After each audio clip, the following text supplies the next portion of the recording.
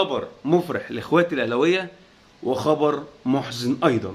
السلام عليكم ورحمه الله وبركاته. مساء الخير عليكم جميعا اخواتي في كل مكان، يا رب تكونوا بخير. واحب ابدا كلامي طبعا بصلاه الحبيب المصطفى صلى الله عليه وسلم. يا ريت تصلوا على النبي في الكومنتات قبل ما ابدا اي كلام، ومش عايزين ننسى الدعاء لاخواتنا في فلسطين ان ربنا ينصرهم ويرفع رايه الاسلام والمسلمين ويرحم امواتهم وامواتنا اجمعين.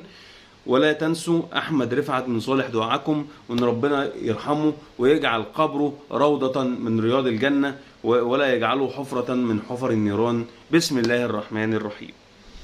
طبعا الناس كلها مستنيه قضيه احمد رفعت، والناس كلها عايزه تسمع التحقيقات وحقيقه قضيه احمد رفعت وصلت لحد فين.